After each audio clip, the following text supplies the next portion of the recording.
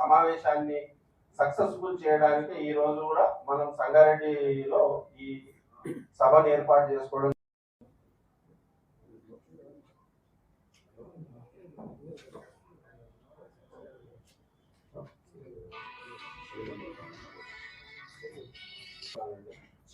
ముప్పై 40 లక్షల రూపాయల ఒక బిల్లు 30 లక్షలు కానీ 35 లక్షలు కానీ ఉంటే అది తక్షణమే రిలీజ్ చేయండి.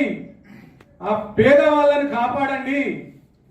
మాలాంటి ఒక కోటి వాళ్ళది తర్వాత, 1.5 తర్వాత, 2 కోట్లని తర్వాత, కానీ 30 లక్షల లోపల ఉన్న వాళ్ళని మాత్రం ఇమ్మీడియట్ గా గవర్నమెంట్ చేతులిచ్చి మొక్కుతున్నా రిలీజ్ చేయండి. గవర్నమెంట్ ఎప్పుడు కూడా వ్యతిరేకం కాదు. ఏ గవర్నమెంట్ కూడా మన కాంట్రాక్టర్ వ్యతిరేకం కాదు. ఒకటే విషయం ఏంటంటే మన పద్ధతి బిల్లులు రావట్లేదు. బిల్లుల కొరకు ఈ సభ పెట్టినాము. ఈ సభ కొరకు మీరు పెద్ద సంఖ్యలో ప్రతి ఒక్కరు ఉమ్మడి మెదక్ జిల్లా వాస్తవ్యులు అందరు కలిసి చాలా సంఖ్యలో మనం 18 నాడు చలో హైదరాబాద్, చలో హైదరాబాద్, చలో హైదరాబాద్, చలో హైదరాబాద్ మీరందరూ కలిసి అక్కడ సమావేశం అయితే మీకు అక్కడ ఏం జరుగుతుంది, ఎవరేం మాట్లాడతారు, ఎవరికి ఎంత ప్రాబ్లమ్స్ ఉన్నాయి మీ అందరికి మనందరికి అర్థమైతే దాన్ని బట్టి మనం ఒక నిర్ణయం తీసుకుంటాం. వేదిక మీదకి ఎవరికి భయపడాల్సిన అవసరం లేదు.